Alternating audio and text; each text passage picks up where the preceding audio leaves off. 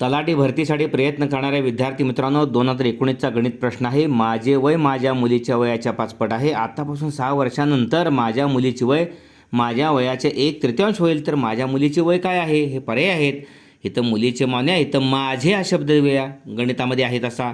पहिलं गुणोत्तर आहे 1/5 म्हणजे या ठिकाणी माझे वय माझ्या मुलीच्या वयाच्या 5 पट आहे. म्हणजे हे का असेल मुलीचं, तर याचं 5 असणार आहे. नंतर 6 वर्षानंतरचं 1/3 गुणोत्तर आहे म्हणजे 1/3 आहे. या ठिकाणी हा जो दुसऱ्या गुणोत्तरातला फरक आहे 3 आणि 1 यातला फरक 2 आहे.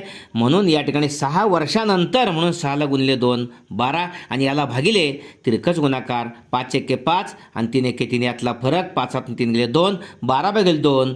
या ठिकाणी बेसक्क 12. या ठिकाणी 6 वर्षे अचूक वय आहे. माझ्या मुलीचे वय 6 वर्षे आहे. असे प्रश्न या पद्धतीने सोडवून पूर्ण गुण मिळवा.